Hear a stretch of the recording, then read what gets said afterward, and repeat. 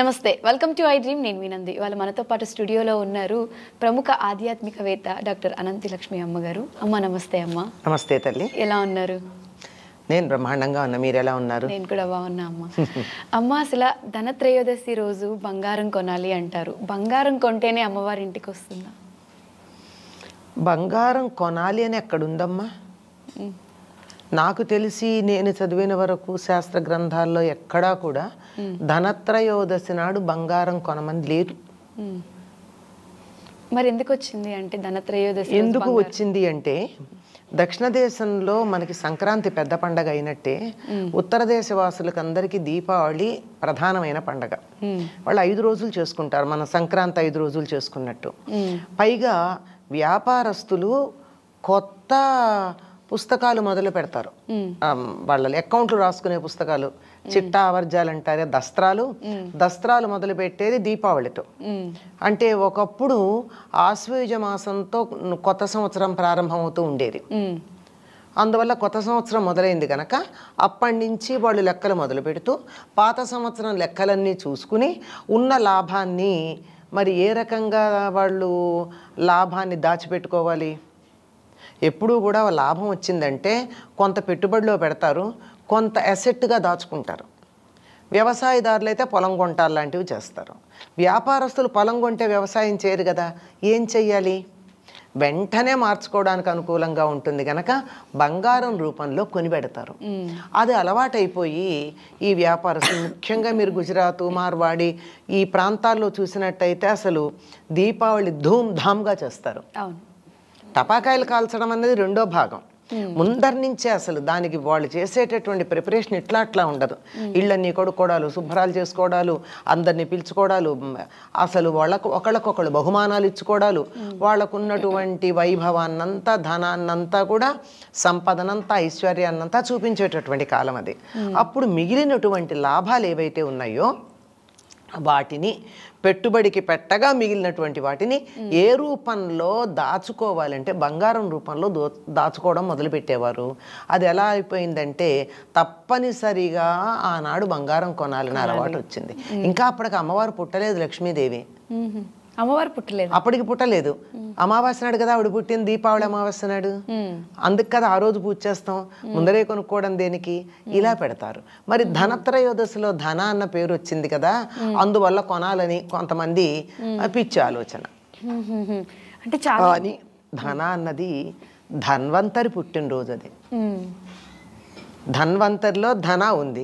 ఆ ధన్వంతరి జన్మించిన రోజు ఇప్పుడు కూడా చాలా ప్రాంతాల్లో ధనత్రయోదశి నాడు డాక్టర్స్ డే అని చెప్పి వైద్యుల్ని సన్మానించుకోవడం మనకు కనపడుతుంది. చాలా మందికి అంటే తెలియక కంపల్సరీ ఆ రోజు బంగారం కొనాలి, బంగారం కొంటేనే అమ్మవారి ఇంటికి వస్తుందేమో అని. అంటే బంగారం విలువైనదే. అమ్మవారు హిరణ్యవర్ణం హరిణీం అని చెప్పి ఆవిడ్ని హిరణ్యవర్ణగా చెప్తారు. బంగారం ఉన్న చోట అమ్మవారు ఉంటుంది. చాలు కదా, ఈ ముక్కు పుడకలో ఉన్న బంగారం చాలదా అమ్మవారు ఉండాలంటే? అవును, ఇంత ముద్ద ఉండాలా? ఎంతున్నా అమ్మవారు ఉన్నట్టే కదా. ఇంకా దేనికి ఇదంతాను? పైగా బంగారానికి కొత్త పాత లాంటి తేడాలు కూడా ఉండవు. ఏ వస్తువుకైనా పాత వస్తువు పాతది అని ఉంటుంది, కానీ బంగారానికి అటువంటిది ఏమీ లేదు. అట్లాంటప్పుడు కొత్తగా కొనాల్సినటువంటిది లేదు. ఇది ఒక రకమైనటువంటి ప్రాంతీయమైన వాళ్ళ ప్రొఫెషన్, దానికి సంబంధించినటువంటి అలవాటు. దాన్ని బాగానే ఉంది కదా అని అందరం అనుసరించడం జరుగుతోందమ్మా. ఈనాడు ధన్వంతరి జయంతి. అందుకే ధనత్రయోదశి నాడు సాయంత్రం ఏం చేస్తారమ్మా? యమదీపాలని పెడతారు. మనకి లేదు, అది అక్కర్లా మనకి, ఆ దీపాలు అక్కర్లా, బంగారం కొండం ఒకటే తెచ్చుకున్నాం మనం. అన్ని ఈ యమదీపాల గురించి కూడా చాలా మందికి ఐడియా ఉండదు. ఉండదమ్మా, ఇప్పటికే ముందరే అయిపోయిందంతా. ఇళ్ళు శుభ్రాలు చేసుకోవడం అన్నీ అయిపోతాయి కదా, రంగులు వేయించుకోవడాలు ఏం చేయాలి అన్నీ చేస్తారు కదా. ధనత్రయోదశి సాయంత్రం ఇంటి ముందు చక్కగా సింహద్వారానికి అటు ఇటు 2 దీపాలు పెడతారు. దానికి ఒక బెల్లం ముక్క నైవేద్యం పెడతారు. కొంతమంది గబ్బ కూడా పెడతారు, గబ్బ లక్ష్మీ స్వరూపం అని చెప్పి. అలా పెట్టి ఆ గుమ్మానికి పూజ చేసి, ఇంటికి లక్ష్మీదేవి, గుమ్మాన్ని లక్ష్మీదేవి అంటాం కదా, ఇంటికి లక్ష్మీ స్థానం అయినటువంటి గుమ్మానికి గడపకి పసుపు పూసి రంగులు ఎలాగో వేస్తాం కనుక అక్కడ దీపాలు పెట్టి వీటిని యమదీపాలు అన్న పేరుతో మొదలు పెడతారు. ఉత్తర దేశంలో వాళ్ళు. మనం అది తీసుకోవటం లేదు. నరక చతుర్దశి నాడు దీపాలు పెట్టుకోవడం తీసుకోవటం లేదు, బంగారు కొనం అన్నది ఒక్కటి తీసుకుంటున్నాము. ఇది ఆరోగ్యం, ధన్వంతరి అంటే ఆరోగ్యానికి సంబంధించింది కదా, అది మొత్తం అంతా కూడా దీపావళికి సంబంధించిందంతా ఆరోగ్యానికి సంబంధించిన విశేషాలు, యమబాధలు తప్పించుకునే విశేషాలే కనపడతాయి ఇక్కడ. ఇది అక్కడి నుంచి అన్ని పేర్లు అవే వస్తాయి మీరు గమనించినట్టయితే. అవును. ధనత్రయోదశి గురించి చాలా అద్భుతంగా వివరించారు. ధన్యవాదాలు. నమస్తే అమ్మా. మన ఇంట్లో లక్ష్మీదేవి కలకాలం స్థిరంగా ఉండాలని అందరూ కోరుకుంటారు. అలా లక్ష్మీదేవి ఇంట్లో స్థిరంగా ఉండాలంటే ఇంట్లో ఉండే ఆడవాళ్ళు, మహిళలు ఎలా ఉండాలి, ఎలాంటి పూజలు చేయాలి, అసలు ఏం చేయాలి? లక్ష్మీదేవి పేరే చెంచల, కదులుతూ ఉంటుంది, ఆవిడ స్థిరంగా ఉండదు. కానీ ఆ కదలిక మన ఇంట్లోనే కదులుతూ ఉండాలి అన్నట్టు మనం చేసుకోవచ్చు, అంతే కదా. అది ఎలా ఉండాలి అంటే లక్ష్మీదేవి తాను ఉంటాను అని కొన్ని ప్రదేశాలు చెప్పింది. ఆవిడకి తగినటువంటి అవకాశం మనం కల్పిస్తే వచ్చి ఉంటుంది కదా. ఆవిడ తను ఉండడానికి ఇష్టపడని ప్రదేశంలాగా మన ఇంటిని తయారు చేసుకుంటే ఉంటుందా? ఉండదు. ఆవిడ ఇష్టపడి వచ్చేట్టుగా మనం వాతావరణాన్ని కల్పిస్తే వచ్చి ఉంటుంది. ఆవిడ చెప్పినటువంటి ప్రదేశాలు కొన్ని చెప్పింది. ఎక్కడ ఉంటావు అంటే పూలల్లో ఉంటాను, అందులో ముఖ్యంగా తామర పువ్వులో ఉంటాను, అలాగే ఏనుగు కుంభస్థలంలో ఉంటాను. ఇది విని చాలామంది ఇంట్లో ఏనుగు బొమ్మలు పెట్టుకోవడం మొదలుపెట్టారు. అంత మాత్రాన ఏనుగు బొమ్మే కానీ ఏనుగు కాదు కదా, ఆ సంగతి మర్చిపోతున్నారు. అలాగే ఆవిడ ఉంటానని చెప్పినటువంటివి దీపం, పూలు చెప్పాను కదా, దీపము, అందులోనూ ఆవునేతితో వెలిగించిన దీపం. ఈ రోజుల్లో మనకు ఆవునేయి దొరుకుతుంది అని అనుకోవడం కష్టం, దొరికిన దీపాన్ని వృధా చేస్తామా అన్నది మరి ఆలోచించాల్సిన విషయం. రెండో పక్షంలో కూడా తాను ఉంటానని చెప్పినటువంటి ప్రదేశం నువ్వుల నూనెతో పెట్టినటువంటి దీపంలో కూడా ఉంటానంది కనుక దీపం ప్రధానం. తరువాత పువ్వులు, పసుపు, స్త్రీల యొక్క నుదుట కూడా ఉంటానంది.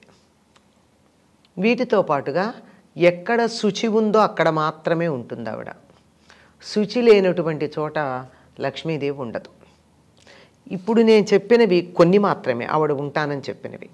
ఇవి కాకుండా ఉన్నటువంటి ప్రదేశాల్లో వాళ్ళ అక్కగారు వచ్చి ఉంటుంది. ఎవరు వాళ్ళ అక్కగారు? దరిద్ర దేవత జ్యేష్ఠాదేవి.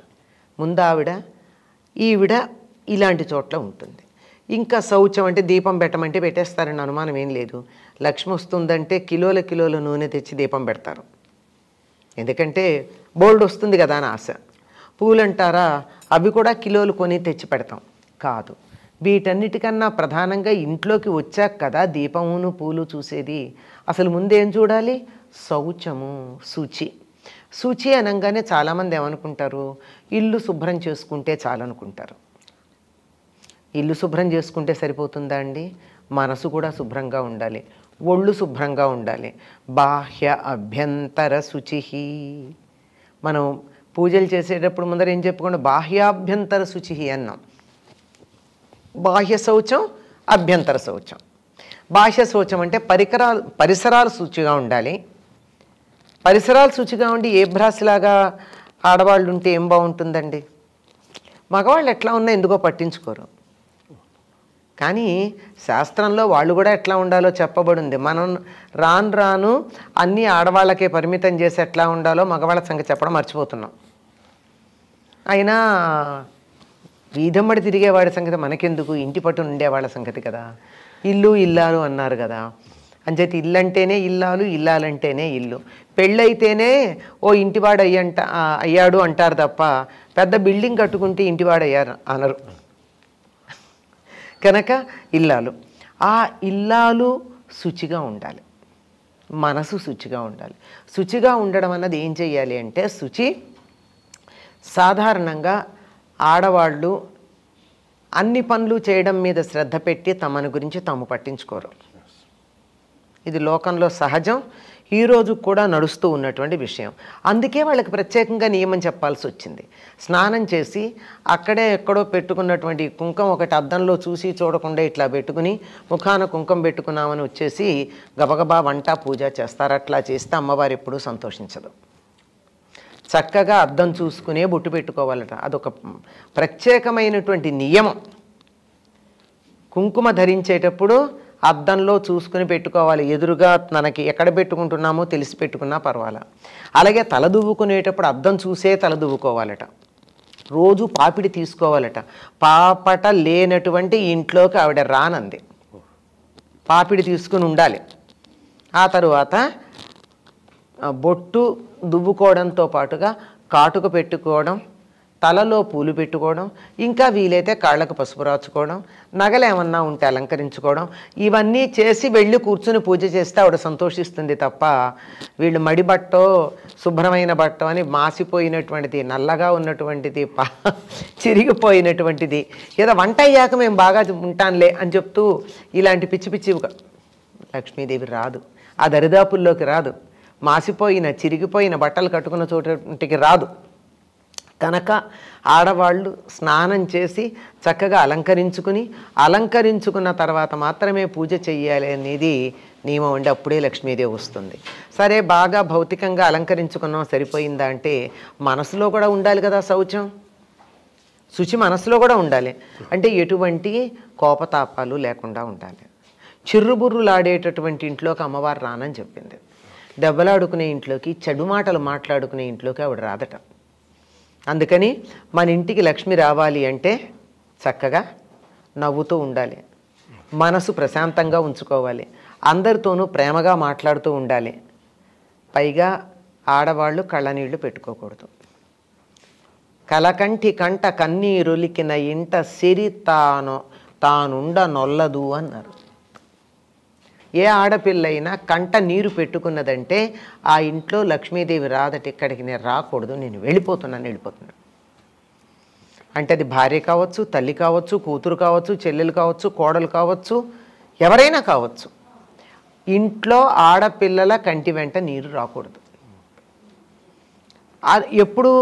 ఎప్పుడైతే నీరు రాదో అప్పుడు మనసు స్వచ్ఛంగా ఉంటుంది, ఆహ్లాదంగా ఉంటుంది.